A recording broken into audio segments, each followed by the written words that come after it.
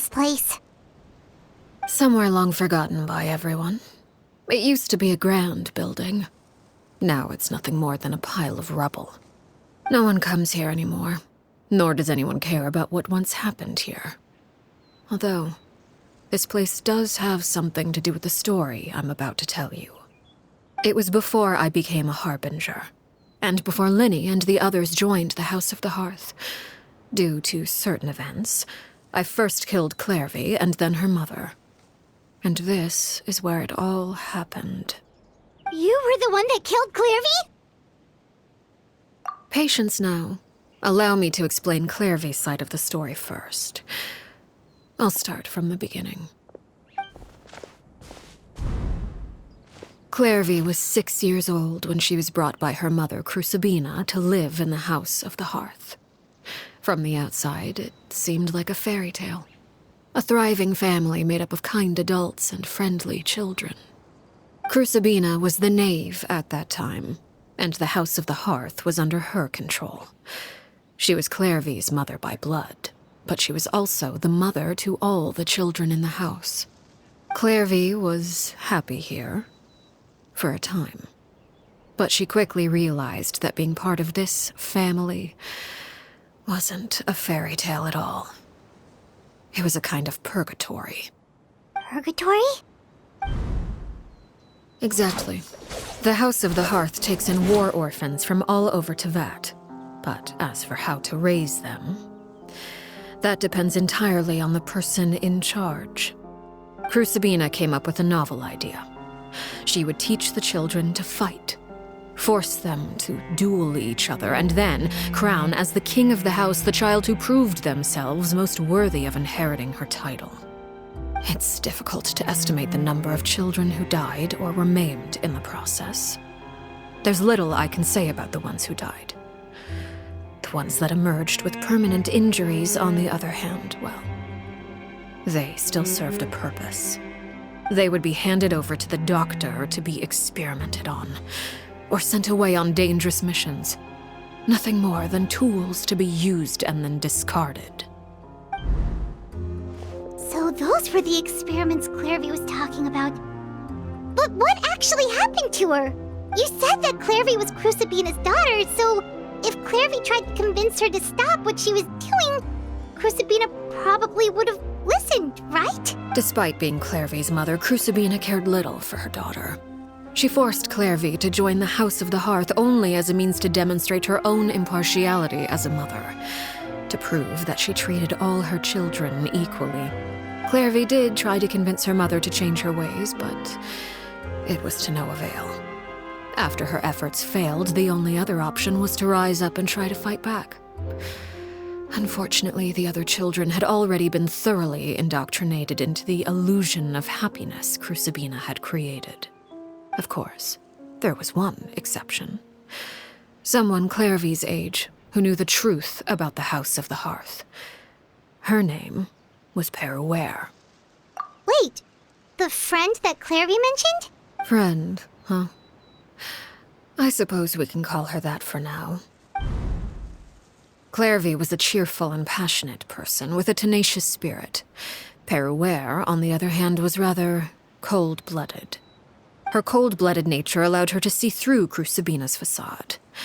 Yet, it was also this cold-bloodedness that prevented her from acting against it. At least at first. While Knave longed for freedom, Peruere was convinced that, amid all the fighting and violence, she would make it until the end.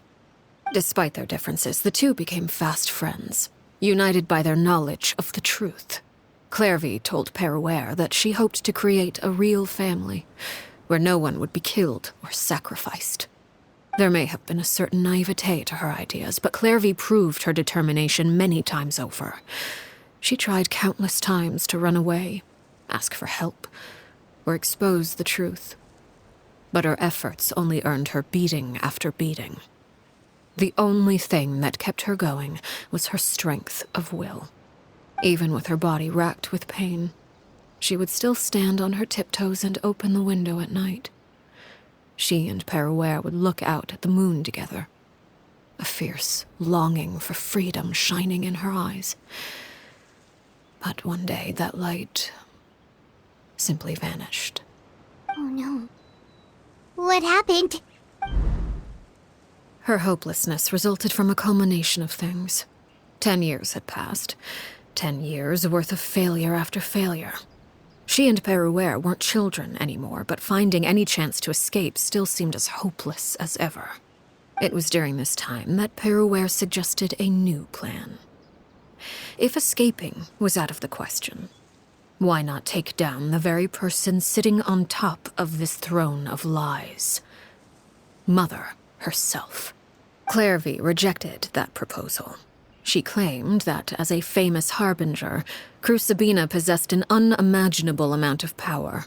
Trying to kill her would have an incredibly low chance of success. Clairvy never gave another reason, but Peruere could see it written all over her face. Clairvy still thought of Crucibina as her mother. Killing her own flesh and blood was a line she couldn't bring herself to cross. If she couldn't escape and fight back, then only one option remained. Precisely. Death was the only way that she felt she could be free. It happened during a duel. When she arrived at the dueling ring that day, her partner turned out to be none other than Peruere, the very person that had stood by her side all those years. It was a fierce battle. But ultimately, Clairvy decided to let Peruere end her life. From that moment on, Peruere's journey was one written in flames. When the rain finally came and washed it all away, there she stood, the sole victor in Mother's endless game of slaughter. A trail of corpses strewn across her path to success. It was the very result she had predicted 10 years prior. Even then, she believed she would make it until the end. She wasn't surprised by the fact that she emerged as Mother's undisputed heir. Rather, her success left her with an inexplicable sense of restlessness. She was unsettled, and there was only one thing that could quell that sensation. Perhaps you two would like to take a guess as to what it was? Crucibina, you mean? Correct. This is the place where Peruere killed her best friend. A mere year later, this is also the place where she fought tooth and nail to kill the mother they shared. The moment she acted, any conception of what was right or wrong ceased to matter. It's one of the principles of the house. Only those who survive get to write the rules. Peruere won the battle, and became a harbinger herself. After which Her Majesty, the Tsaritsa, bestowed upon her a new name. Arlecchino. So the Perry Clairvy was talking about... It was you all along. You're Peruere. Arlecchino is just a name you got later. I left that name behind long ago. I must say, hearing it now does bring back memories. After I defeated Crucibina, the moniker of Mother died with her. I chose to forego the title she called herself, and even chose to give up my own name. I rebuilt the House of the Hearth under a new identity. Not only as Arlecchino, but as father. And that is where the story ends. Any more questions? Yeah. Based on what you just told us, Clairvy wasn't a little kid when she was killed. So the Clairvy we met... I suppose you could call her an illusion born of flame. Her existence is like ashes to a fire. Something left over in the wake of blaze and ruin. You see, a certain power runs through my veins. It's not unlike a curse. My flames leave behind shadows of anything they consume. Of course, the chances of those shadows morphing into a sentient entity are exceedingly slim. Clairvy is a very special case. Clairvy died when she was 16 years old, but what emerged from the flames was her 6-year-old self. Her appearance wasn't the only thing affected. most of her memories were lost to the blaze as well. Memory is a mysterious thing indeed. Losing a portion of your memories will alter your sense of self. Lose 10 years' worth, however, and it would be like living in the past. Like returning to a version of yourself that never grew up. No wonder Paimon got such a weird feeling when we were talking to her. Perhaps I should put it this way. Clairvy is someone trapped in time. It may seem like she exists with us in the present, but she truly lives in the confines of her own past. So if all of that is true, then you must have known about Clairvy for a long time. Indeed. She's a rather volatile and unstable entity. Sometimes she would look after the children. She's even saved some of their lives. But other times, she would hide from me and become obsessed with revealing the truth about the house to anyone who will listen. Shadows don't have the capacity to learn or grow. Any new information they encounter is quickly forgotten over time. Your attempts to expose Clairvy to sunlight. They failed, yes?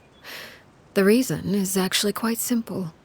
In Clairvy's mind, the house is impossible to escape, and it is this very perception that traps her there. But no matter. All I have to do is kill her again, and all will be resolved. I don't anticipate so much as a single speck of ash will be left behind this time. Wait! Paimon can understand why you might want her gone, but isn't there another way? So what if she's trapped in her 6-year-old self? She's still your friend! It's too late for that. She broke the rules, and now she must be punished. That goes for Filial and Nantoy as well. She's had quite the effect on them. I hope you understand. The difference between Crucibina and myself lies in our formulation of the rules, not our policy for enforcing them.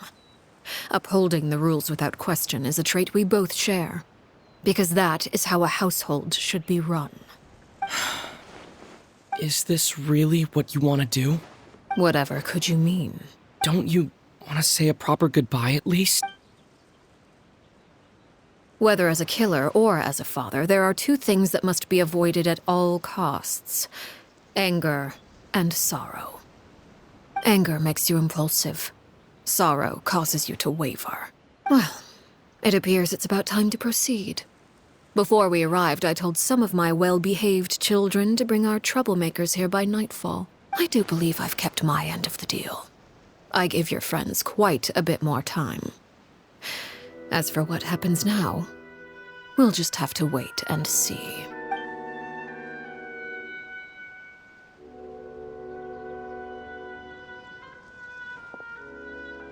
Here they are, Father. You gonna act Lenny? I'm sorry. I heard about how you helped buy us, but I still failed. I couldn't find a way to Huh? Are you... Perry? Indeed, it's been a while, Clairvy. Perry! Shh, stay right there. I'm sorry to postpone our reunion, but first I believe certain scores need settling.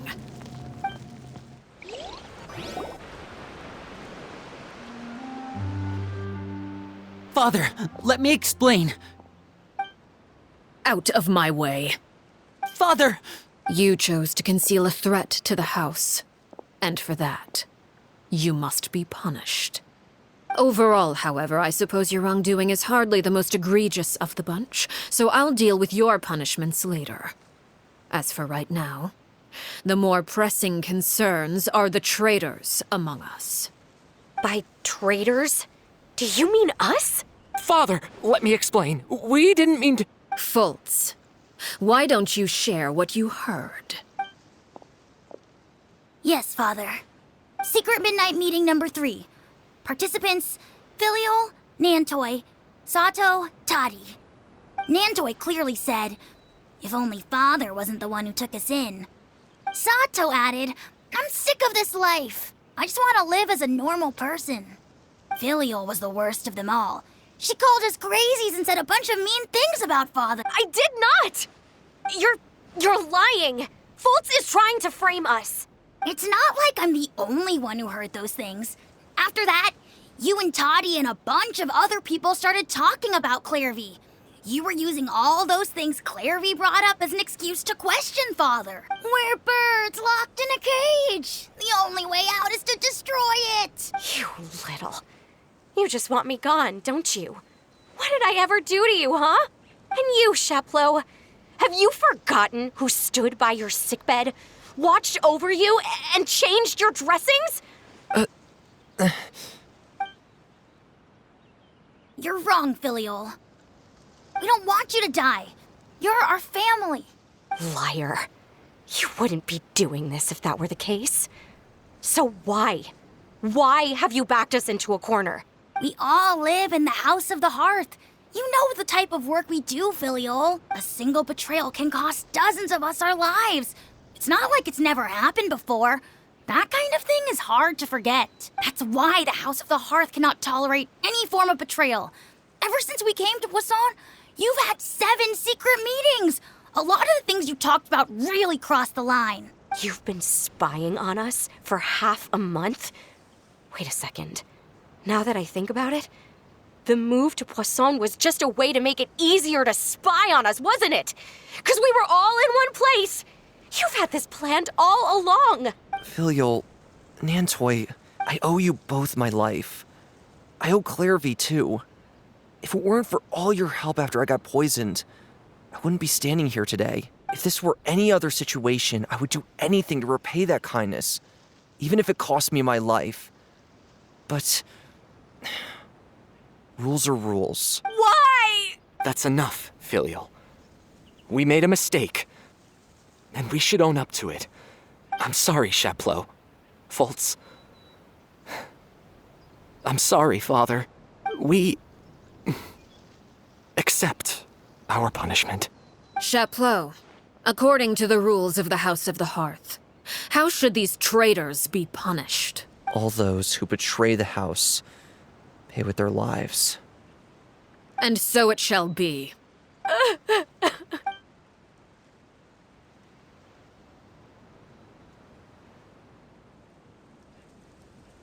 Father, please wait! Something you want to say? Please reconsider, Father.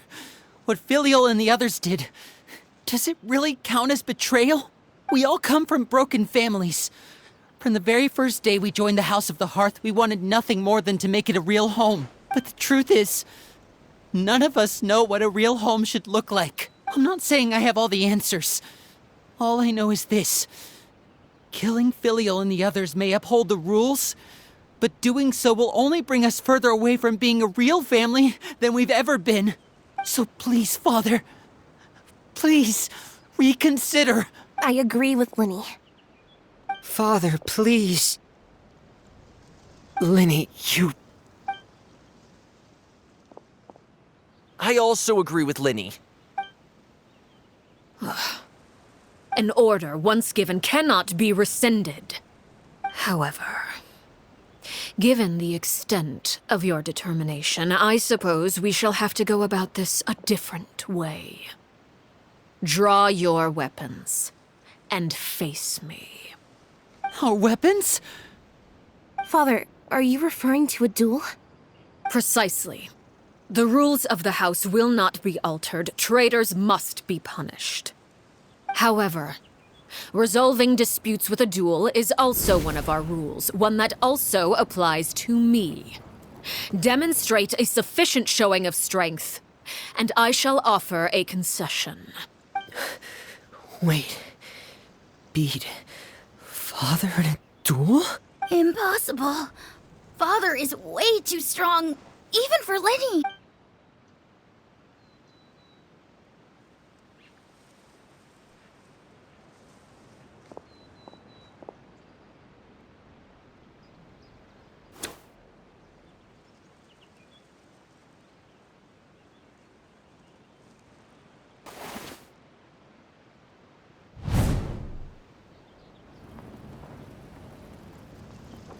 Did you hear that, Traveler?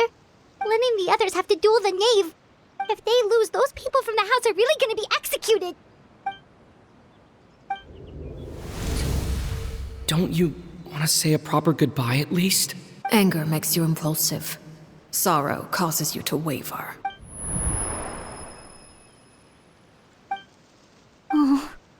Looking at that expression on her face, she seems really serious about this. When guests are around, families are often on their best behavior. When the time comes, make the choice that you deem most appropriate in the situation, and lend your help to the House of the Heart. What's wrong, Traveler? Hey, where are you going? Traveler? You're asking to join the duel against the Knave? I'll allow it.